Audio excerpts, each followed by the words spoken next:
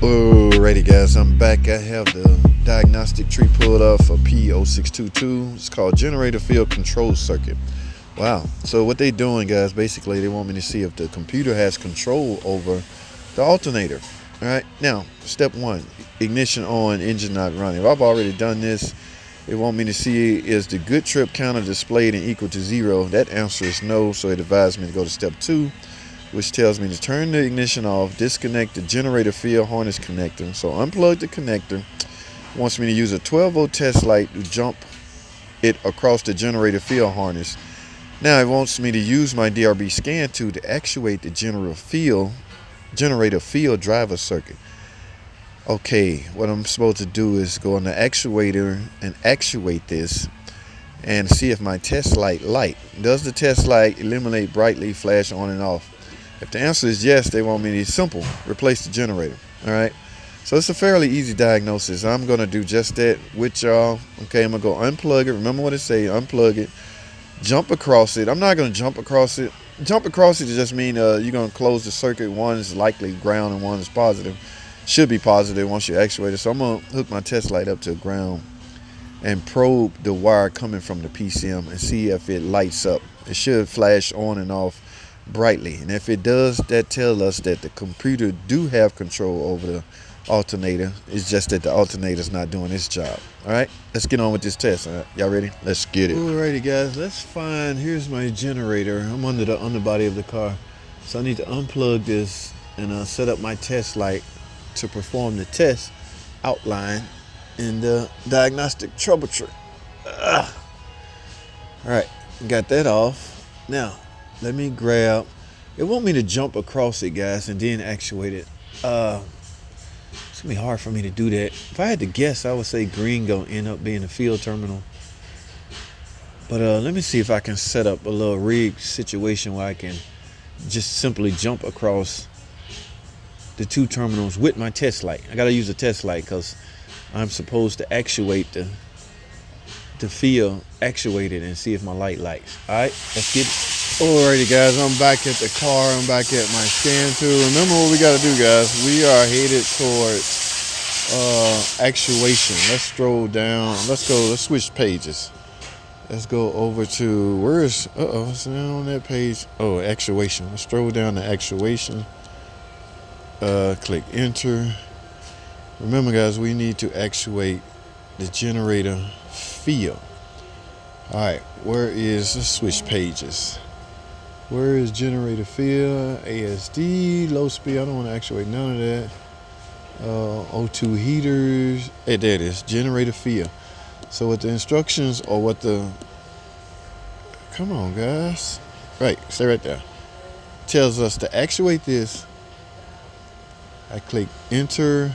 So now I'm actuating, guys. Now we go to I have my test light set up right here. What I'm going to do is basically, where's my test light? Right here, I got it ground to the transmission. All right, so what I'm supposed to do is I'm gonna make sure my test light is ground. All right, I touch it on the alternator, big wire. Let's probe right here. I'm supposed to have a flash, supposed to flash. There we go. On, off. So guys, the computer has control over the field terminals or the regulation. Remember guys, alternators don't have regulators in them anymore. That feature is controlled by the PCM. So guys, I have control over the alternators, just the alternator is not delivering the proper output. All right, so y'all remember what the instruction says. If the light lights, replace the alternator. So guys, we basically need an alternator. No sense in me plugging this up. Well, I'm gonna go try to sell the alternator and see what they're gonna do. All right, hold tight, don't go anywhere. I'll be right back. Alrighty guys, we back. This is the 2004 Chrysler Concorde. I just want to put the engine in, but I'm doing electrical repair right now. I'm replacing the alternator, guys. I don't know if you watch the testing, the test that I did to come to this conclusion of me needing a water pump or alternator. If you didn't watch this video right here, I actually go through the test in the test manual. Okay, and yes, my ending results were I need to replace the alternator. So I'm in the process of replacing it. Now, it's fairly, I didn't see much information out there as far as replacing the alternator on a Concorde with a 2.7 in it. So I'll take it upon myself and do one.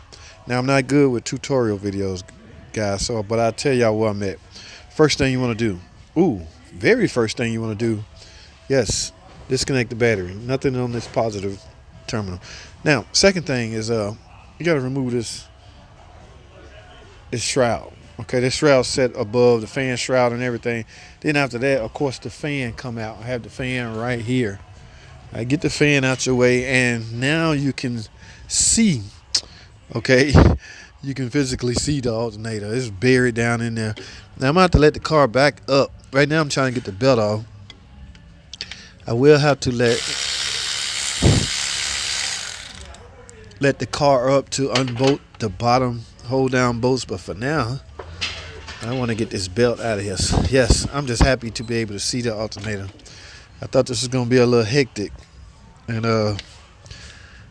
it may be all right, okay, because now I got room. It was all about room. And guys, try not to, don't even touch this. In fact, I suggest you put a piece of cardboard right here, because you're human. You're gonna hit it. Just simple as that. All right, but I'm gonna do my best not to. So now that I got the belt off, let me let it back up in the air, unhook all the connections, and I should be ready to easily come out through here, guys. All right, y'all wish me luck. Stay tuned. Alrighty, guys. So I got okay. I was trying to figure out why I let it up in the air. I couldn't get to this bolt. I gotta get this bolt off. Now I got all the connections on the alternator off. Field connector and the battery connector. Those are just hanging. Remember, guys, please make sure your battery is disconnected. So now when I loosen this one, that alternator should come straight forward, and I should be able to pick it up through this area right here. Right? What y'all think? Right, what that look like? About a 13? Let's get that off and we're gonna see. All right, let's get it.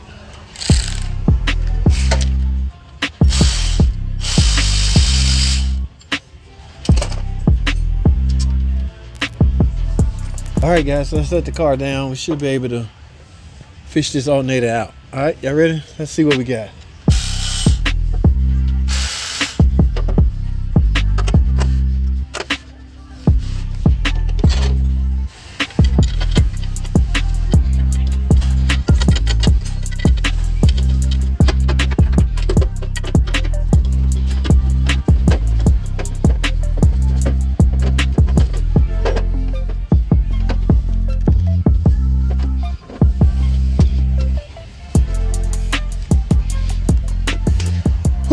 There you go, guys. I got the old alternator out. Remember, guys, yeah, this was a pain. I haven't done one of these in decades. Okay, but this is in my opinion, the best way to get it out. Just remove the fan, remove the shroud and the fan. That'll give you enough clearance to come forward with it. Now I did end up removing this tensioner out of my way because I didn't want it in my way. It's very simple. But at the end of the day, I got the old one out. And listen, guys, I'm not going to film the installation. You know why? Just rewind the video. Okay, now this technically is not a tutorial video anyway. But anytime, I always have a hard time recording installation of something. That's why I tell people to reverse the removal procedure. And that should put you right there. But I understand there's some instances where installation needs, some things need to be pointed out. Okay, I understand that, but yeah, I'm not set up to do tutorial videos. So there you go. 2003 through 2005, I want to say. I don't even know if the Concorde was out in 05. But this is the best way, in my opinion, to get the alternator out if you dare to replace it. Okay, it's a little pain. It's a little pain, but it's doable and it's doneable. It's done. All right, now where's my new alternator over there on the floor? Let me get that put in, guys. I'm done. That's all I have to talk about. Verify your connections. Make sure your battery is good connection after you're done. Verify that it's charging. You should be somewhere close to 14 volts. And go test drive and see if the alternator light come on. If it don't, you should deem that a successful repair, guys. That's all I have. Thanks for watching.